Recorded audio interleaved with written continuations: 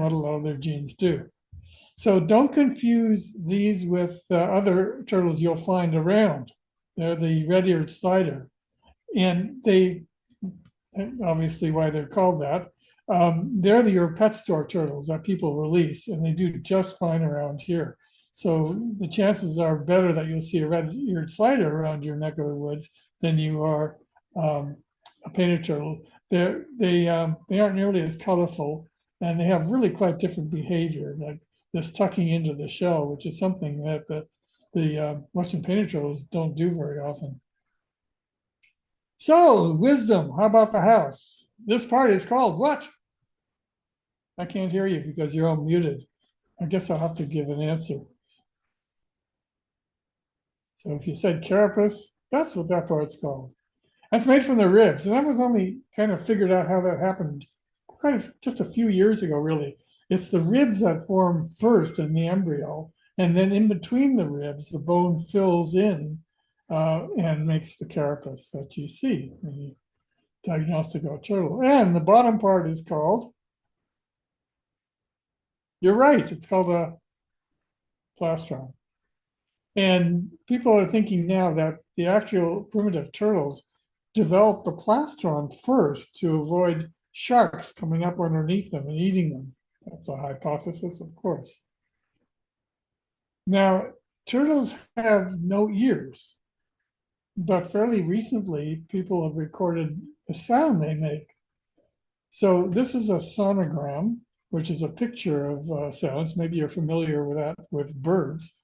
And what this sounds like is shh. All together now. I can't hear you. You're muted. But anyway, I don't think the turtles can hear it. I've heard them do it, but it's a threatening sound, I think, in defense that they make. So that's kind of interesting. So I noticed I was in Kelowna quite a few years ago. And there was a big sign there about the turtles there to take care of them. Never mind that half the turtles in the picture were red-eared sliders, but they also said, "Be quiet, don't disturb them. You won't disturb them." And I talk to them, and when I'm out with them, and they don't seem to mind at all because they can't hear me. Widespread.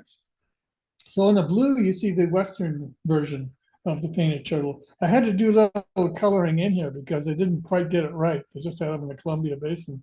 But of course, they're all the way up to about Williams Lake. There's a population there. And then there's none for a while until you get a little further south here. But they're in this, what's called the intermontane population here. So it's the coastal population that we have in our neighborhood. So they're the northernmost turtle in the Western Hemisphere. There's way more turtles when you go back east and south. Very widespread. So that. So it's the only one that's native, only freshwater turtle that's native. If you're wondering about terminology, in Europe, they call freshwater turtles terrapins. So you may be familiar with that term. So they live just about any place there's water, from pristine ponds to really septic cattle ponds. I made the mistake one day. See, this place here that I'm indicating is called Nan's Pond, and it's down on the Wolf Ranch, which is just a couple of kilometers, no, less than that, down the hill from our cabin. And whoopsie, and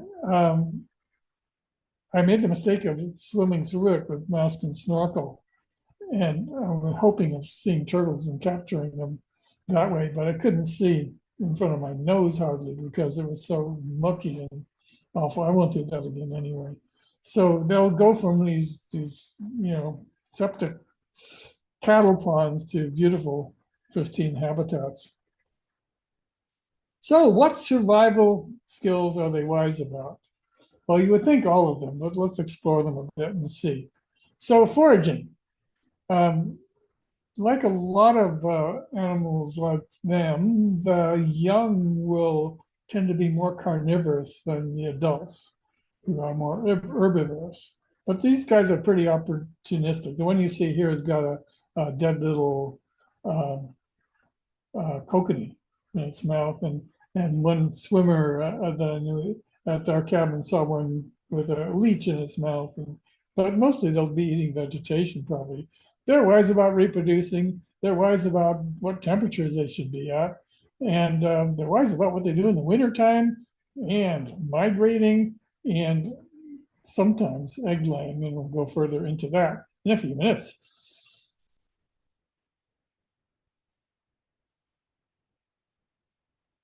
So body temperature, it's kind of like everything. So what they do is something called behavioral regulation, which means they do things to get to the right temperature since they are ectotherms, which means unlike us endotherms, they don't control their body temperature internally. They have to go to the right place to heat themselves up to the temperature that works best for them. And they do that by basking. If you get sun or good heat that you can feel on your hand coming through the clouds, they're out. If it starts raining, they're back in the water. If a heavy wind comes up, they also go out. So whatever would reduce their temperature, they avoid. So they get onto these logs and do that. When it gets too hot, they do something called surface basking, where they float on the water and just use the water to cool them off and to get to the right temperature and still take advantage of the sun. So the literature says that they like to be 24 degrees. That's best. I have my doubts. I think they may be liking it warmer than that, but that's what it is. So you can, so why do you want to be warm? Well, oops, why do you want to be warm? Well, it's so that your biochemistry works well. So we have a nice constant warm temperature so that we can metabolize our food, get rid of our waste, have our muscles work properly. That's pretty much the same for them. So they function optimally at a preferred body temperature that enables to do all the right functions. So along with that function, they have an odd thing where their sex is temperature dependent. They don't have sex chromosomes. And what happens is when the eggs are in the nest, the temperature around them is what determines their gender. So if it's 28 degrees, you can go either way. If you're warmer than 28, where your egg is in the nest, you turn into a female. And if it's less than that, you become a male.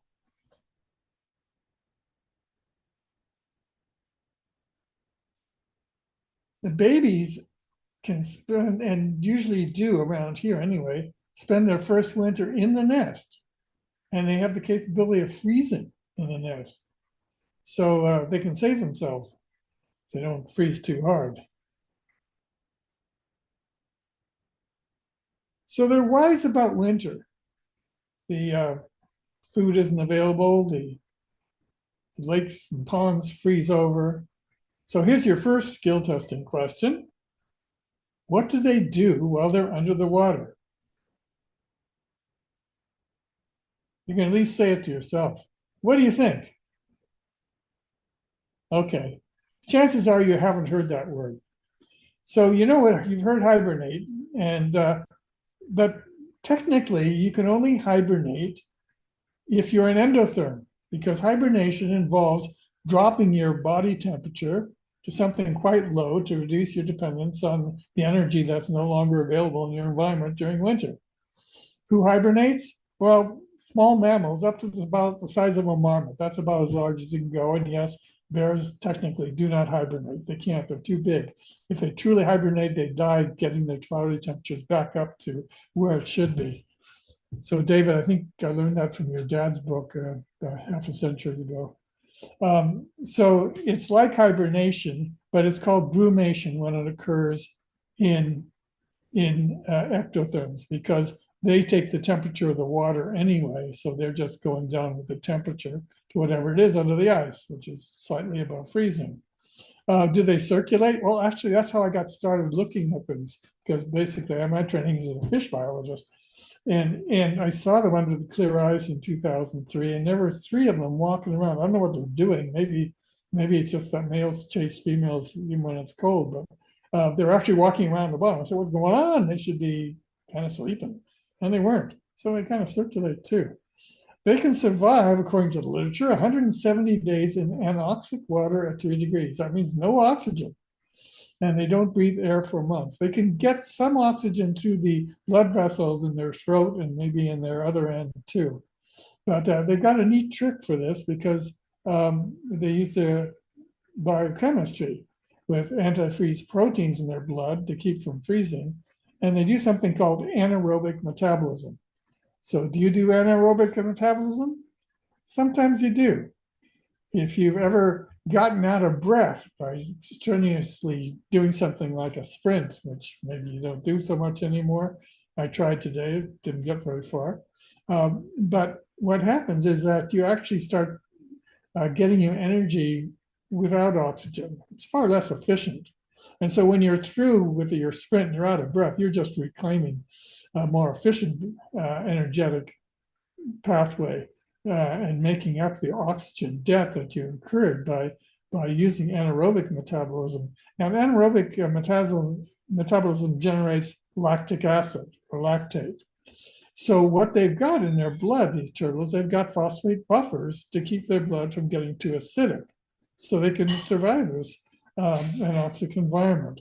And of course, they've got lots of phosphate because they got lots of bone in their carapace. And that's how I do it.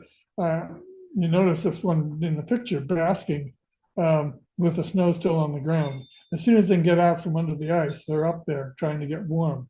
And in this phase, usually in April or so.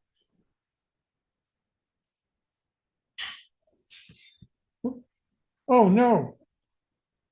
I was going to ask you which one's the male, which one's the female. Maybe you can guess. But what are the differences that you see? I'll point you to them. Who's got the long claws? It's the male. And down south, the vent in the female is closer to the end of the carapace, and the male is quite a ways away south. And it tends to be thicker. There are subtle differences, but those are the most obvious ones. And so, wise about mating? Well, I have to say, it's going to be the female that's wise about mating, because males are males. So, these long claws that you see here have an interesting function. If I was there with you, I'd have you play this out with me.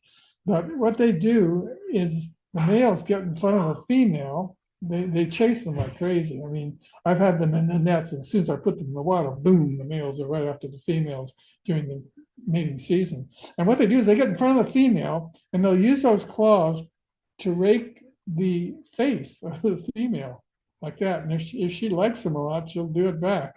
So then they copulate in the usual way. And that's what they do. Recently, I sort of had a question about males being aggressive. A few years ago, I was paddling in my kayak in the marsh where there was a lot of turtles, and I heard what sounded like a washing machine going. And here were two males who had grips on one another's throats, and they were just turbulent going in the water. And I wasn't thinking quickly enough to make a movie of it because I never heard anybody seeing that. But so I asked a question of my data, and in the lake in general, in my study area, I get pretty much equal ratio with males to females. But then I asked the question of what happens in the southern part of the lake. So the south end of the lake is, I consider here, the main concentrations of turtles are over here, and over there. The few spotty occurrences in other areas around. And there's my cabin right there. So that's the south end of the lake. So I asked the question in the mating season, what's the ratio? And there's more males than females. And I asked it later on this summer, and that reverses. So I'm wondering if males, congregate with the females and then spread out again. Jury's still out. I'll see what happens with more data. So another question for you. Why did the turtle cross the road? And the answer is,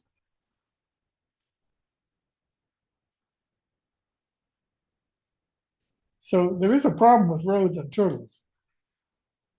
Well, here's where they go. They go to the warmest area they can. That's usually a southish, southwest uh, area, which gets not shaded, gets nice and warm, and they dig their nests there.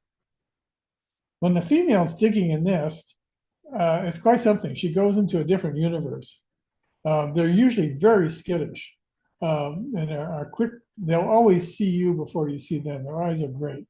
But when they're in this state, you can do whatever you want. They're just like in a trance. They dig the nest with their rear legs, and they need a spot. And if they hit a rock, they have to stop. If you see a turtle crossing a road, it's often a female going to a nesting area. And if you try to help the turtle, they'll likely drop a whole bunch of water on the ground because they carry water in their cloacas, and they use that to moisten the soil where they're at to get to help them dig their nests. So they lay about a dozen eggs. They can lay up to 20 apparently, and they lay them in the warmest areas. And they do it in late spring and early summer. And around here, they just do one clutch a year. So there's some of the places that they might nest. Now, here's an interesting question here. You've probably seen lots of video, if you haven't seen it in person, of sea turtles going by the hundreds onto beaches and depositing their eggs there. Huge clumps. They're really big, a lot of them. They have lots and lots of eggs. So that's the case where they're sort of trying to beat the odds by all coming in a short period of time and beating the odds, meaning swamping the predators basically with their eggs, because predators will try to dig up their nests. So groups can help with that, because if there's a big group of you, the chances of your eggs being predated upon lessen. Around here, sometimes they do that, and sometimes they're dispersed with these turtles. Sometimes they're near the water, but you can't get too close. Like this area is on the north shore of the lake, and they don't nest here at all because the water level is just too high. So that's a danger. But if you have a bank, like here at the campsite in the Scarlet Lake, that's a good spot. But you have to be careful because there's critters around that will get your nests. I think that's a mink footprint. And we do have mink. So there's pros and cons. So if you're in a group, you can swamp your predators.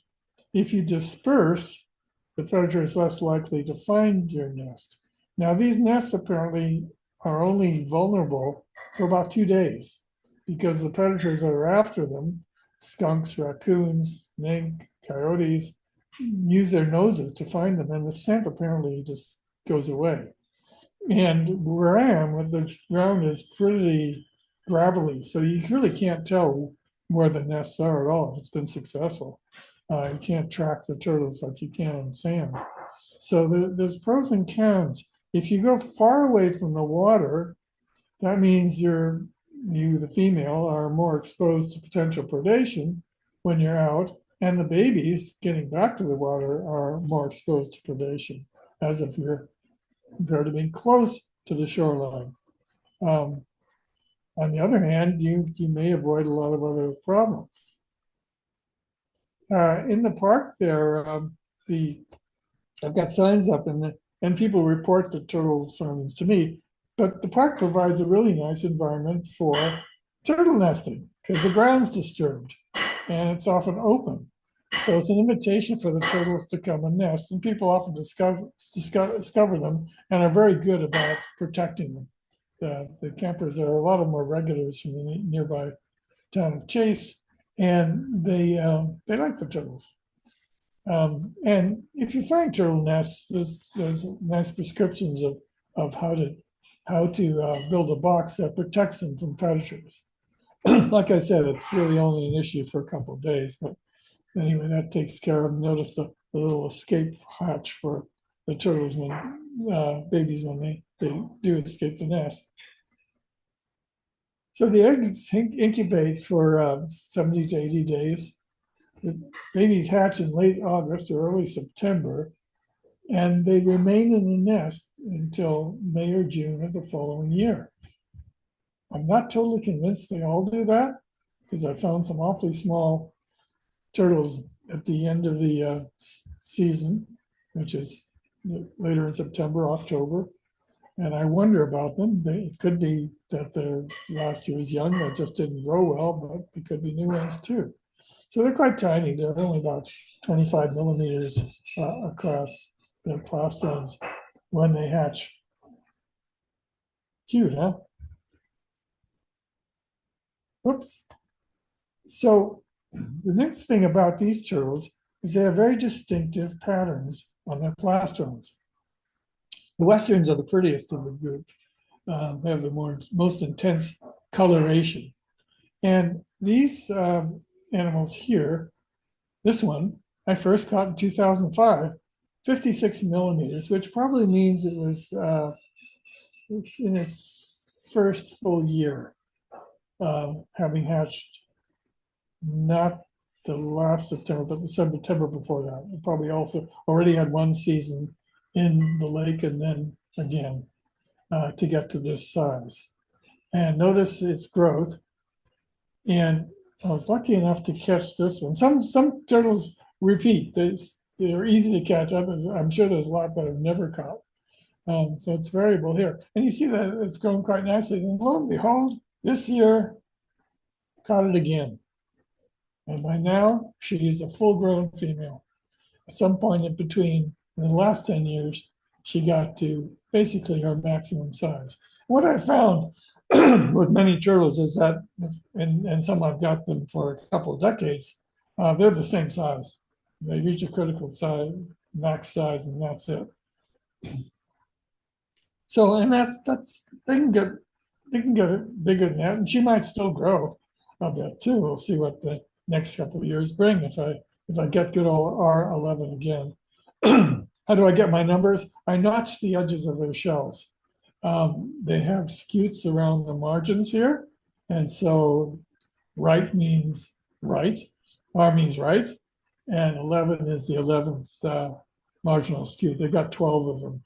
You can't notch the ones here because they're not free. They're connected to the bottom. So you've got from 8 to 12 and 1 through 3 basically on the sides. And that's how you can mark them.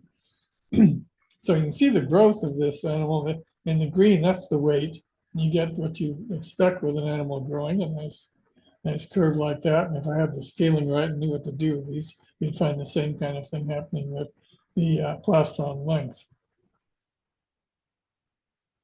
So the plastrons are an interesting challenge. Some years ago, I don't know how we got connected, but there's a group at the University of Victoria, it's actually an engineering computer science department, who were doing computer learning. So the question was, can the computer learn to recognize the plastron pattern of a turtle? So I said, this is great. Here are all my plastrons. Here's a series from young ones to old ones. Can the computer learn to recognize them? With the hope that they would make a nice little program I could put on my phone, and I could scan my turtle, and bingo, I would have who it is. But it didn't happen. They published on it. They actually managed to figure out how to do it, but nothing that I could use. So anyway, they got a nice project out of it. And what they got was not the intricacies of a pattern, but they used the outline of the entire pattern that the computer could learn to do. And my data has been combined with another group down in Portland, which is kind of interesting because Portland's the southern limit of the range, and we're near the northern part of the range limit.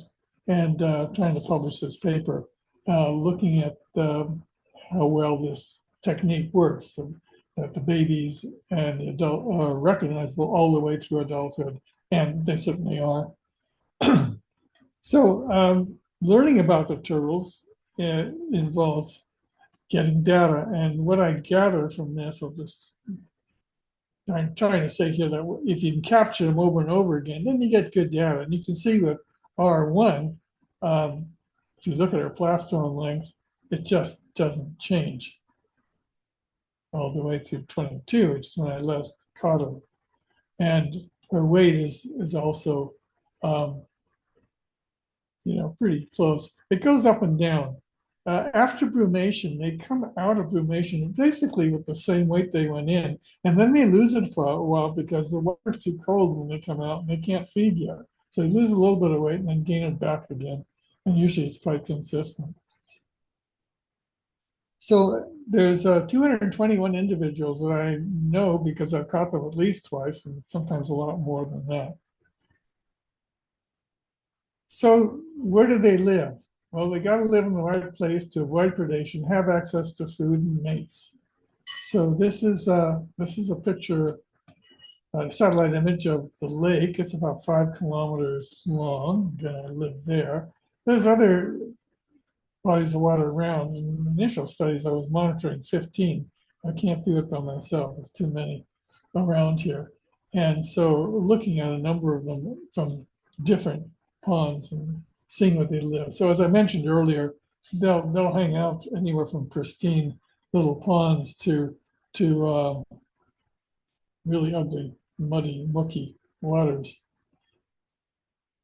In 2009, I was lucky enough to get a grant, and so I could hire some students and people to work with me. And we put on transmitters, kind of screw them onto the plastron, and let them go. And then you can trace where they are. And what we found is that some of them really move. So I'll try to interpret a bit here. This turtle was caught not far from my cabin in the area I mentioned earlier, called Southwest. And the turtle traveled. It traveled to a little pond here and then traveled down to a larger pond way down the hill on the Wolf Ranch. So we're transitioning actually from interior Douglas fir zone into a ponderosa pine grassland zone, but this is agricultural down here. It's a cattle ranch. So that's a journey of a couple of kilometers. What I don't know is what the route they took. I have a feeling they've got a map of the area and know exactly where to go. And it wouldn't surprise me at all if they're pretty much beelined between the bodies of water. I don't know how they do it. I'm pretty sure they do. Here's another one, first caught in Nan's Pond, which is here. And it traveled down to Bull Pond and back again. And this is right down near the Thompson River on the Wolf Ranch. So they move. And the literature indicates that they can move even further than the kilometers you see here at the bottom, which I got from the literature. So they must know what they're doing to do all that. But in May of 2009, we caught L1 here, close to our cabin, and it disappeared. We couldn't find it anywhere. Lita, an assistant, who's an expert at tracking, he studied rattlesnakes, did her master's on that. And she went all over the place, including way down closer to Chase, trying to find this turtle, just could not find it for a long time. Now, tracking with a radio system, you have to have line of sight. So it could have been that the turtle wasn't far away and just somehow got blocked, but I don't know. What happened is that on the 16th of July, I was standing on my deck with the receiver, and I got a really faint signal.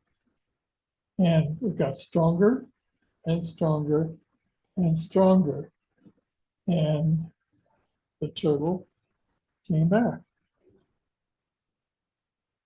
That's the machine I borrowed. And by the 17th of June of the next year, she was still here. She swam all the way back. I tracked it all the way back to where we initially caught her. And there she was. So they move for whatever reasons, they move. So why move? Mostly their movements have to do with the behavioral thermoregulation I mentioned before. They want to get to the right temperature so that it can work optimally. So they even migrate back and forth across the lake to get out of the shade and into the sun, right in front of where we are at the south end of the lake. So they'll also move for mates. The males will gather for the females. They move to find the optimal foraging grounds, the optimal nesting area. Maybe aggression plays a part of it. Maybe they respond to predators. Though I'm not sure. In White Lake, which is near Salmon Arm, there's really good evidence that otters are hunting the turtles because they find the carapaces on top of the ice in the wintertime. But you see here in this picture, an otter notices me, not paying any attention to the turtle. And when the otter kind of moved around, it knocked the turtle off the log with its tail. So I saw no indication that otters predate on turtles in Musconnet Lake anyway, but the otters aren't a regular feature there, though some other animals are. I just got a video clip from the surveillance camera of a neighbor yesterday showing a cougar in his yard, 2 doors away from me. Disturbances might make them move. Habitat disruption would make them move. Um, but and there's been major disturbances. Um, the rancher at the time wasn't taking good care of these cattle, and they ended up in the lake, all over where the turtles are. Didn't seem to bother them at all. So why do you move? I mean, most animals avoid moving. They kind of hang out and they move when they have to get things. So maybe you have some ideas just thinking about why you move, and there may be more reasons they move. I don't know. So 2025, this year was highly unusual. What you're seeing here is a picture of the southeast corner of the lake, a couple hundred meters from my cabin. And there's 72 turtles on these logs. And that's weird. And this is the scenario here. This is a pond just across the road and down the hill. And it's a beautiful little pond. It's a really rich place. And normally it'll look like this come melt time or just after melt time. I don't understand the hydrology here.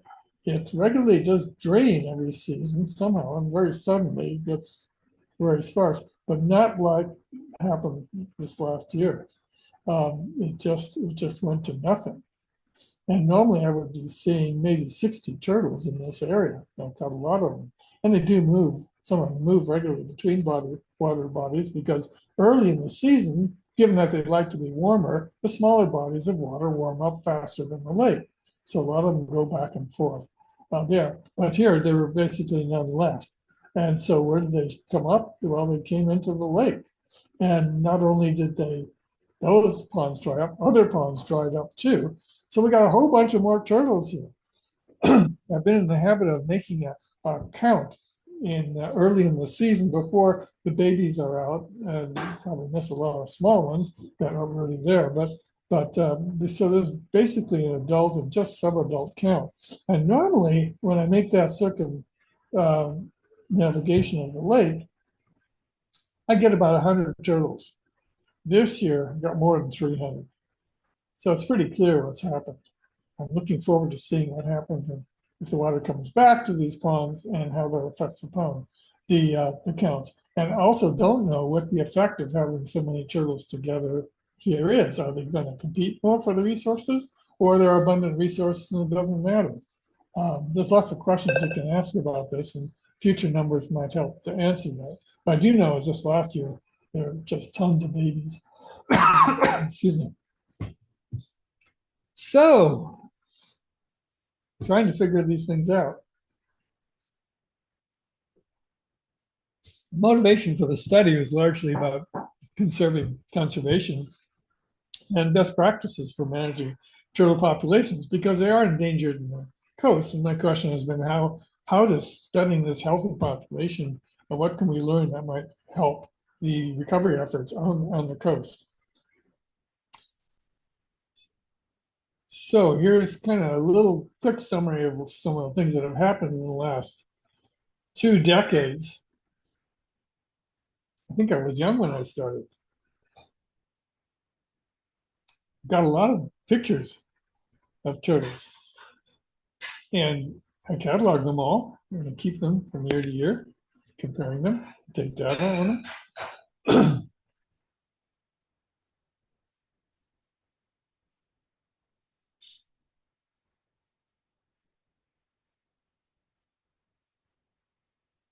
That's wrong. I told you 221 earlier.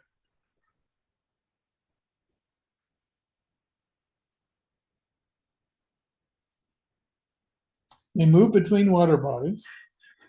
And again, I'm just sampling. I don't know how many do and how many don't. I mean, ideally, they'd all have little implants that a satellite would pick up and tell me I could sit here in my easy chair and just see what they're all doing all the time. But somehow they're not grizzly bears. They don't warrant the investment in research money. So even though they're of special concern, don't tell too many people to take them off that list, but they're doing very nicely. And the way you can tell if a population is doing nicely is not the absolute numbers, but the structure, the demographic profile. How many babies, how many, smaller guys, you got all sizes. So you know there's an up and coming cohort to replace those that are older. The first time I did some comparisons between 2009 and a couple of years ago of some of the major water bodies where I've studied them, and the population basically doubled during that time in the counts, I could say, from the 200s up into the 400s. So now our wisdom comes to play. What do we do to protect these animals? People like turtles and they want to protect them. So they put up signs so that they won't be squashed.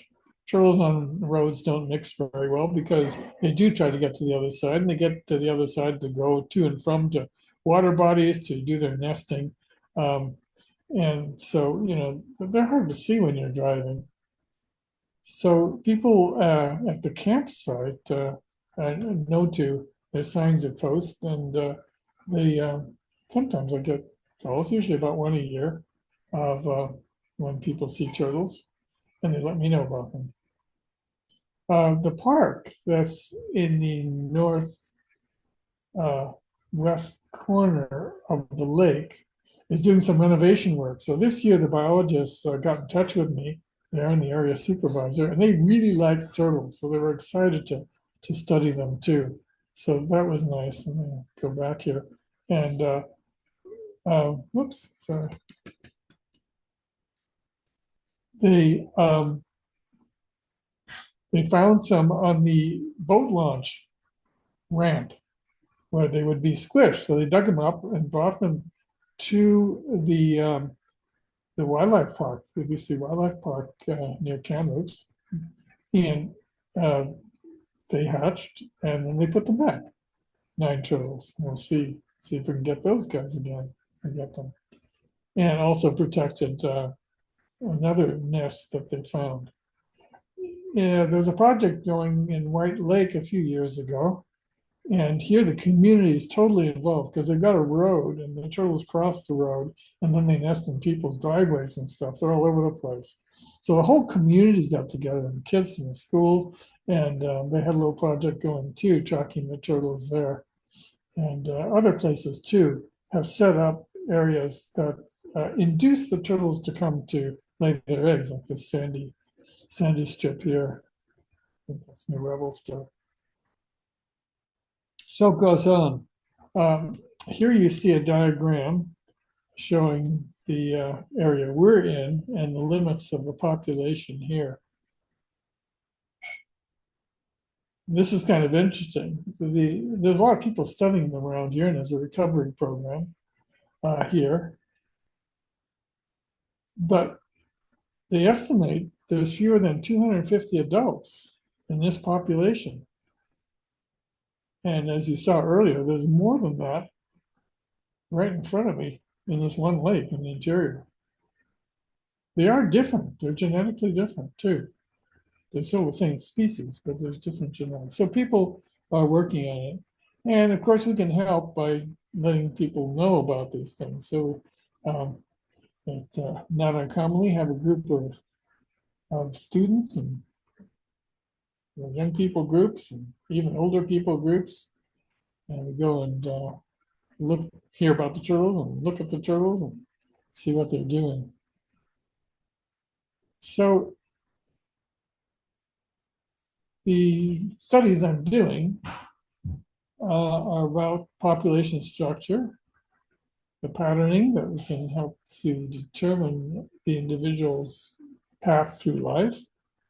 Looking at temperature as a resource, we had a student do a little project there from Thompson Rivers University.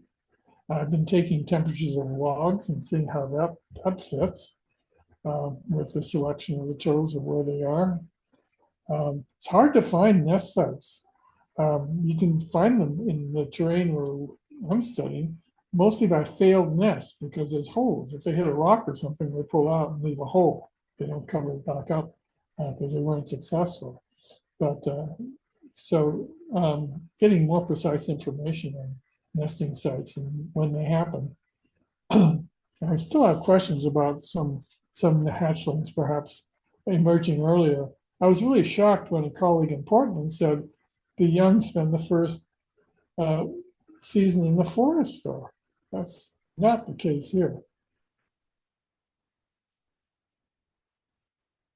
My initial project was to see if cattle were actually disrupting their nesting by trampling the areas because cattle of all of them stuff provide a really nice nesting area for them, but then the cattle could just smash everything.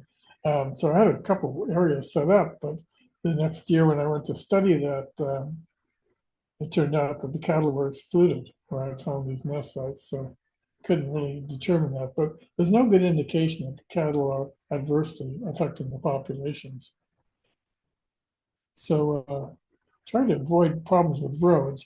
Road morts in our area are minimal, maybe one a year, but other areas it's been pretty bad, where they'll lose a fraction of their populations crossing busy highways, um, and getting people involved, getting buy-in from the people in agriculture and campers and so on, and getting people tuned into wetlands and how important they are.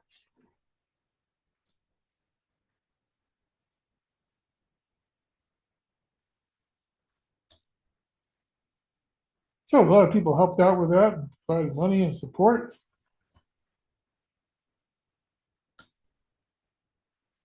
And just a little thought now, wisdom into the future, turtles and us. Animals have evolved the ability to predict their environment. They have to.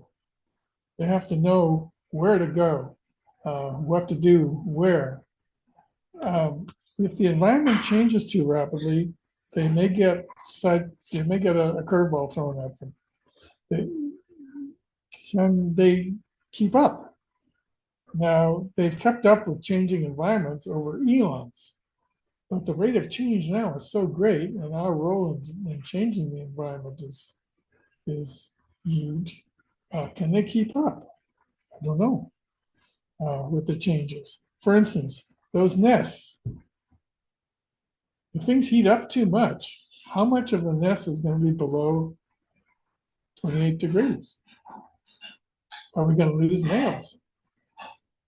Can they make an adjustment? Will they dig deeper nests? I mean, can they? I don't know. I'm not sure what will happen there. Anyway, that's.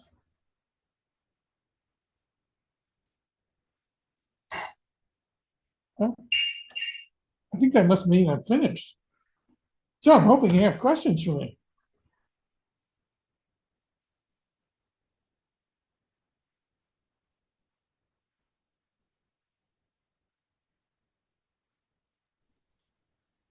I do have a question. Can you hear me? I can, Anita. Yeah. Um, I'm intrigued by the coloration of the plastrons. What purpose would that serve? They're beautiful. I wish I could have the answer.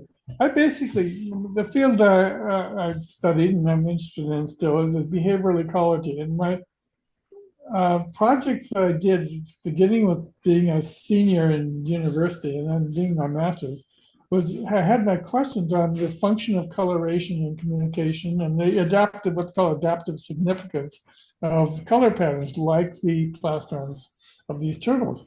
And I was studying guppies, which have wild guppies, which have very different color patterns, and trying to figure out what those patterns mean and for them too. It's really hard to figure out. One of the answers I got, and I got an incredible answer once from one of the most famous students of genetics and evolution, Theodosius Dobzhansky. When I was a grad student, he visited my lab, and I asked him, figuring here's this guru of understanding the evolution of animals, and I said, "What do they mean? What do these patterns mean in these guppies?" And he said, "Pleiotropy." What pleiotropy means is that a particular gene can have side effects, that they may not be directly adaptive. So having a color pattern may be just an offshoot, an accident of a biochemical pathway producing the colors when the biochemical pathway is producing another kind of a protein with a function for survival. That, in other words, it's kind of accidental. And it may mean nothing, which is not very satisfying at all. So my simple answer is, I don't know. So they're very entertaining, because when I find a turtle and I don't have it marked, I have to go through all these pictures and play, match the pattern. So it's nice to do, but it beats me, since as far as I can tell, they're not paying attention to it when they're mating. They're face to face. They're not underneath. Um, what's underneath looking up? Nothing. Um, don't know. So if you have any ideas, shoot them to me. The only idea I can think of is that they're beautiful and they appeal to humans, so Yeah, humans want to preserve them. they've had these patterns for probably 15 million years, well before we got in the Oh picture. yeah, So it's not to that's entertain quite us. true, Peter. They did And better than the dinosaurs at survival, didn't they? no, the dinosaurs are still with us. They're called birds. Oh, yeah, well, I know that, but I So meant, the other you point know of what these I was thinking patterns, of. the males are no prettier than the females with the patterns. So it's not Oh yeah. the kind of thing you'd see with like birds, where the one sex has a prettier plumage than the other usually, or often. Have you noticed a change in the water temperature over the last 20 years? I can't say that I have. The thing is, of doing most of my studies on a big lake, uh, Yeah. you get a warming in the summertime on the surface, but down below it's still cold. And if you get a good wind, it mixes it and cools it off. So it's really hard to tell. So I haven't done the appropriate. I've taken the temperature all the way through on the surface, and I haven't really noticed much there. It may change, may be different overall, maybe slowly warming, but I kind of don't think so. It's pretty deep, so it's got a big reservoir of cold on it. The smaller ponds, of course, can heat up more in the case of the drought, or the water level drops. Of course, it would be Hmm. hot. Yeah. Yeah. And I was Oh, just thinking, I hadn't realized that with our Western painted turtles that the temperature can alter the sex of the Yeah. hatchlings. yeah, it's And interesting. And sometimes I wonder about it, because I've got some records of some turtles where I I thought they were males and then they were females, and I'm just wondering if they actually can do sex changes later. I don't know that for sure, Mhm. or if it's just my error. Um, a male's pretty easy to tell, actually, once you get used to it, because it's more than just the long claws and the big fat thick tail. They have thicker head, necks. They're kind of more articulated pattern usually on their carapace. They Mhm. kind of have a little more of a waist usually. So, Mhm. but when they're small, just getting about yay big, usually you can't determine until they're about 100 millimeters or so long. Mhm. Sometimes males become obvious before that, earlier on, and the females later. But When they become males, then it becomes pretty obvious. But sometimes it isn't so obvious. Yeah. You mentioned that they freeze in the winter. Is it true freezing, or are they in a deep torpor? Or Yeah, it is true freezing, but they can only take it for so long and for so cold, apparently. If it gets too cold for too long, it'll kill them. But and I don't have any monitoring of inside nests to know those answers on survival. It's interesting in the nest, you wouldn't believe. I mean, if when they first lay, the nests are vulnerable to predation, and if the scent is there, they'll get dug up by predators and eaten. But also, this sounds really crazy. They get predated upon by plants because oftentimes a good place to nest is right on the roadside. And what's there? Weeds. And the weeds grow, and their roots entangle and ensnare the eggs and hatchlings. Mm. So that's been documented. Wow. it's interesting. Can't hear you, Vicky. You talking? And I just said that is interesting, entangling the nest like that. I would never have thought of that. I always thought killer weeds were something else. Thank you. Sure, it's fascinating discussion. Thank you. Was. Let's see, Shanti has made a comment there too. Oh, chat. Sorry, I don't see the chat. So So I'm just trying to find Shanti. She's just saying, thank you, Peter. I learned a lot. Thank you for your dedication to this species. you're welcome.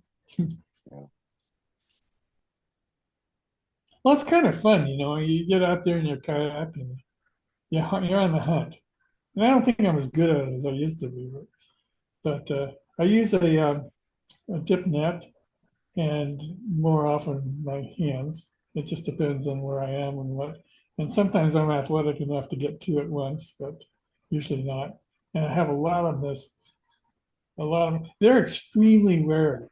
It's interesting. Some turtles in some areas get quite adapted to people and don't seem to mind them around. But these guys, boy, they always spot you before you spot them. They think eagle eyes.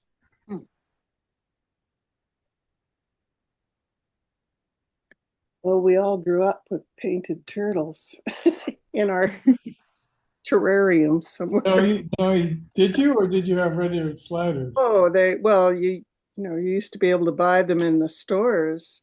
Painted turtles? Really? Hundreds of them. Oh, yeah. And Oh, yeah. Oh, I didn't know that. every kid had painted turtles. Oh, really? Oh, yeah. Well, I grew up somewhere else, and they were all red-eared slider. I remember I had one when I was very young, and at some point it became a lump under the carpet. What were the ones, Peter, that I had as a kid? And it wasn't the red-eared slider. It was a brownish colored turtle. Oh. It was a red, but it was brown. It wasn't. Yeah, there's another turtle that people say doesn't live here. It's called the Western Pond turtle.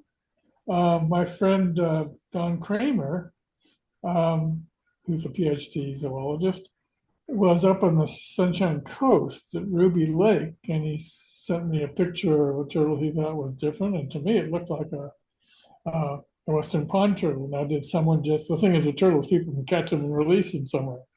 So there's some there. And certainly I had one as a pet that I got in California and kept for a while. And so it could have been a Western Pond turtle. I mean, I bought it in the pet store. They were selling them in the pet store at that time. Mind you, we're talking probably 70 years ago. So God knows what they weren't selling in those. And I wound up boiling it to death.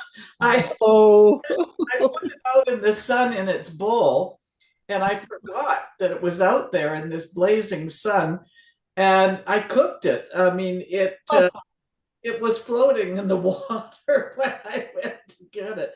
Oh my God, I was so upset about that. I can still remember the angst.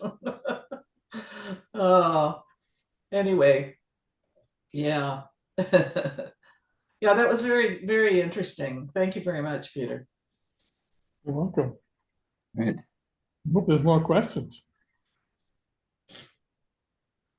Oh, aren't there other species that where the sex of the offspring are determined by the temperature of the nest? Like, aren't alligators like that?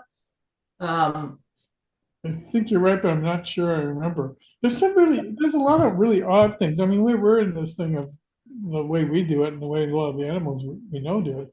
But there's a lot of fish that are very interesting sex stories. One of my favorite is the clown anemone fish, you know, the Nemo job. Oh yeah.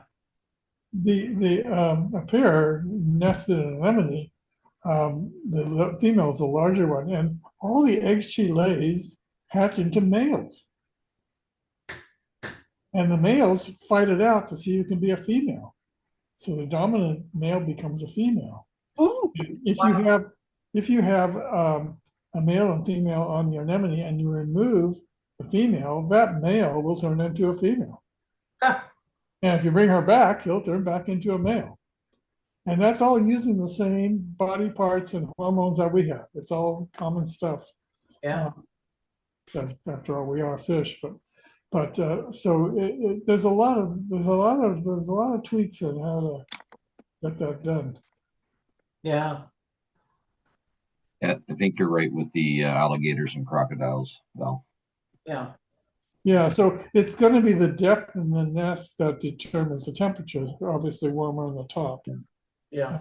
It doesn't. But I mean, in the case of alligators and crocodiles, they have incredible parental care. Yeah. Turtles have none that I know at all. Yeah. They're gone. They don't stay around the nest because they don't live there. The nest's on land and they live in the water. If you leave these guys out too long without access to water, they'll dry up.